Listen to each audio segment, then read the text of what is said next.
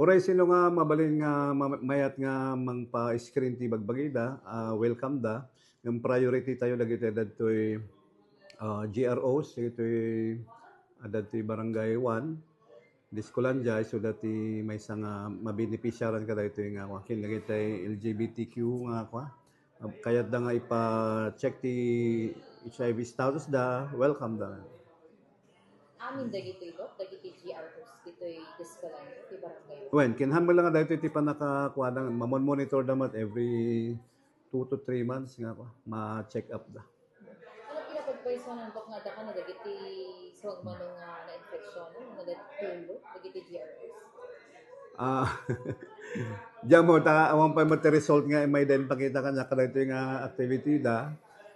Ada dagiti dadto mga may pa-check up no kwa mga lati pink card kat the examination test buda ada dagiti positive ti urinary tract infection. So ti pakita na ka lagi diyan ti pagtrabahuan nga pangipakitaan nga mangipakita nga mamon-monitor ti salon at da. Mamin ano nga daras nga umaydag pa-check up mo ka do? Every 2 months ko naman ni tayo apo sanidad tayo, tayo so dati mang monitor ka dito. Ada bayadan da no ka do? Ada ma'am.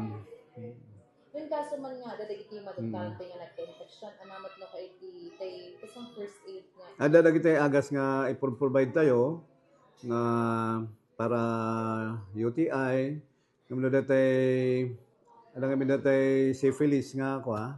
Meso ti madoktalan nga sakit da i-refer mo isu da jay batak. Dagiti agas nga ipaitay no ka dok libre. Libre wa.